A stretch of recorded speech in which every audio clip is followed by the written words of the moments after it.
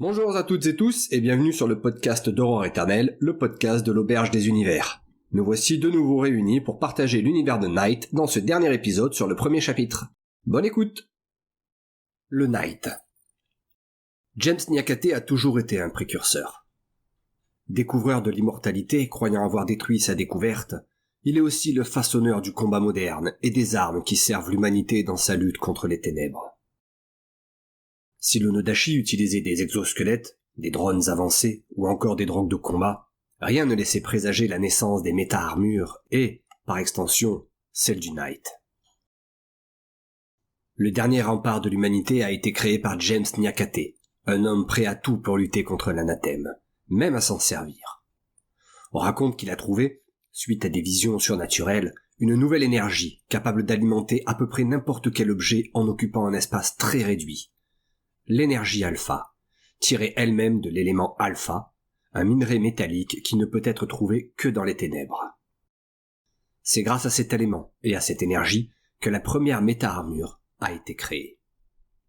En 2036, Nyakate a dévoilé au grand jour, face à une assemblée d'immortels réunis à l'Arche de Londres pour l'occasion, la première méta-armure, le modèle unique Excalibur, porté par un vétéran d'Eurocorp, le célèbre capitaine Raphaël McTavish. Selon les dires du professeur Nyakate, cette armure de combat d'une nouvelle génération devait assurer l'avenir de l'humanité. Les immortels, circonspects, n'ont pas soutenu le projet et Nyakate, comme le capitaine, ont dû faire leurs preuves. La façon dont l'efficacité de la méta-armure a été démontrée est aujourd'hui une légende au sein du Night. Après sa victoire à Dublin, le capitaine a été porté en héros par la population locale, et bientôt, tous les médias des immortels ont diffusé ses exploits, son image et, surtout, l'efficacité de la méta-armure, la nouvelle arme de l'humanité dans sa guerre contre l'anathème, l'horreur.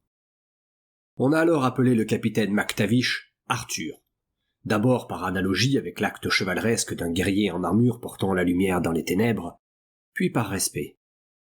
Les immortels, sans exception, ont décidé de subventionner les recherches de Nyakate sur le développement de ces armures capables de vaincre les ténèbres. James Nyakate, qui avait permis à Arthur de porter Excalibur, a naturellement été nommé Merlin. Le projet Night s'est enclenché sous la responsabilité des immortels, notamment Ismaël Djelam, et, très tôt, le projet s'est mué en une véritable organisation. Arthur, symbole d'une humanité relevée et combattante, a pris la direction militaire, et Merlin, la direction scientifique. La Bird Corporation d'Ismaël Djelam leur a fourni des armes dernier cri. Et Mera, dirigée par Ethan Henry, a offert les modifications génétiques pour que les personnes engagées dans le projet aient un meilleur contrôle des méta-armures, et les Arches ont fourni des candidats au Night. L'ensemble s'est installé à Londres, au cœur de l'Arche, et un bâtiment, le palais de Westminster, abandonné par le Parlement en déclin, a ensuite été offert au Night. On l'a nommé Camelot, et, grâce au nanoconstruct, le lieu est devenu une vraie forteresse, symbole de la future puissance de l'organisation. Très vite, des milliers de candidats ont afflué, mais très peu ont passé la première phase de test qui consistait simplement à faire bouger le bras d'une méta-armure une fois à l'intérieur. Le modèle Excalibur est donc resté le seul actif durant quelques semaines, Arthur assurant le reflux de 11 taches de ténèbres à lui seul. Par ailleurs, pour une raison inconnue, aucun autre modèle Excalibur n'a été développé, Arthur conservant ce privilège pour lui seul. La délivrance de Dublin, racontée par le Night. C'est par un automne mourant dans le froid et l'obscurité que la première méta-armure, Excalibur, a été utilisée, alors qu'une nouvelle tache de ténèbres éclatait sur le monde, en plein centre de Dublin, une ville de réfugiés apeurés. Au cœur de cette nuit artificielle, des abominations cruelles sont sorties des ombres et sont venues enlever leurs victimes horrifiées et impuissantes face aux ténèbres véritables.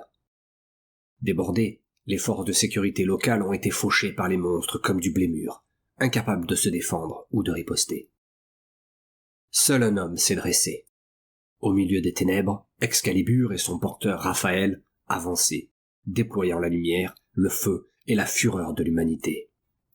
Isolé dans les murs enténébrés, le guerrier avançait et, dans son sillage, des centaines d'abominations gisaient en un véritable charnier.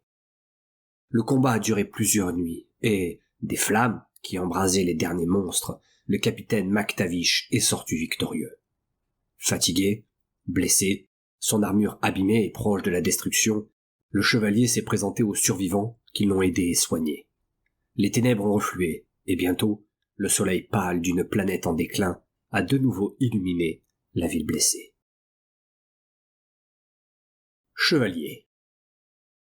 Le modèle Warrior, la première méta-armure pouvant être portée par d'autres personnes qu'Arthur, a été conçu et développé par Merlin fin 2036.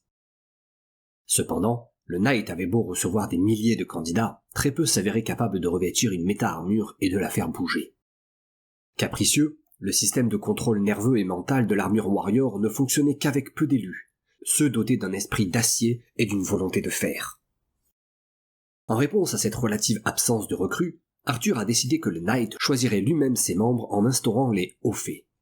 Seuls ceux qui avaient été des héros, qui avaient affronté les ténèbres ou qui étaient connus pour aider les communautés, ont été approchés par Arthur ou un de ses employés, puis recrutés.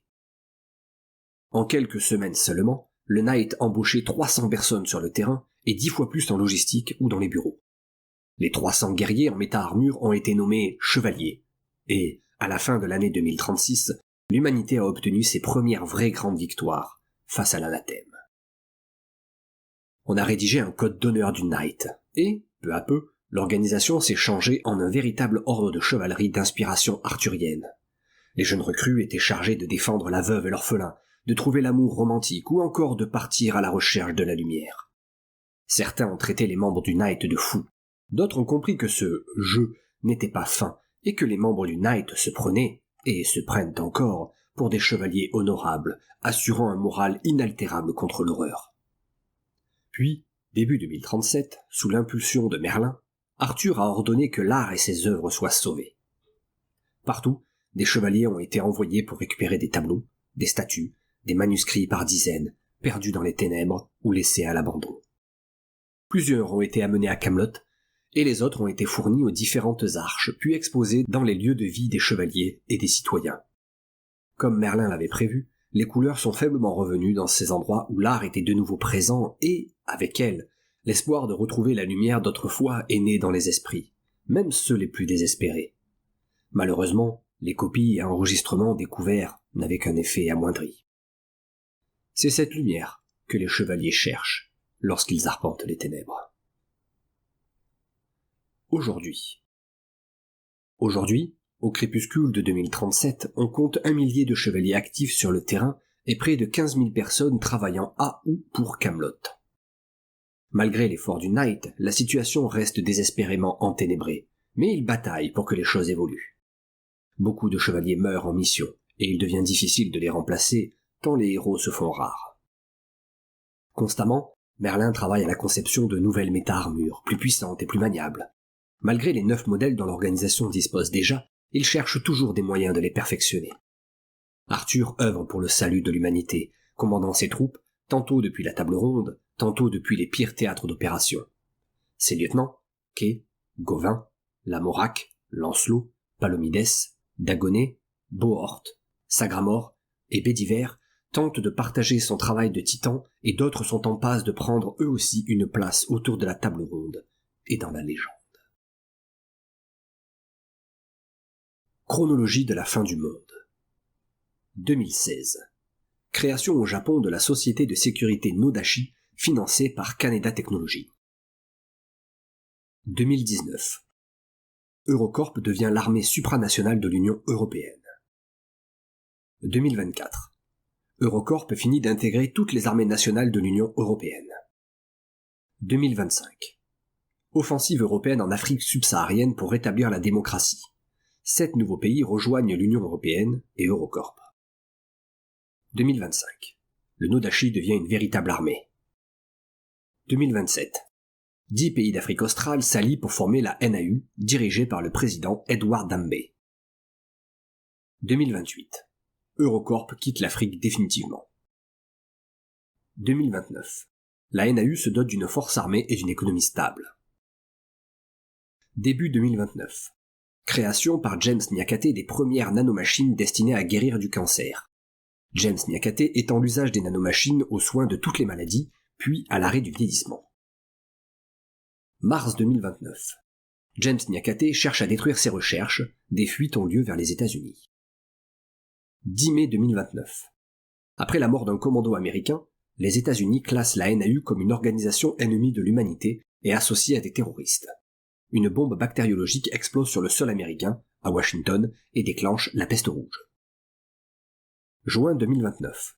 Élection d'Ethan Henry à la tête des États-Unis en remplacement du président décédé. Il reste élu jusqu'au 20 janvier 2032 avant de prendre la tête d'Emerald Genetics et de passer la main à Dikembe Hooper. Juillet 2029.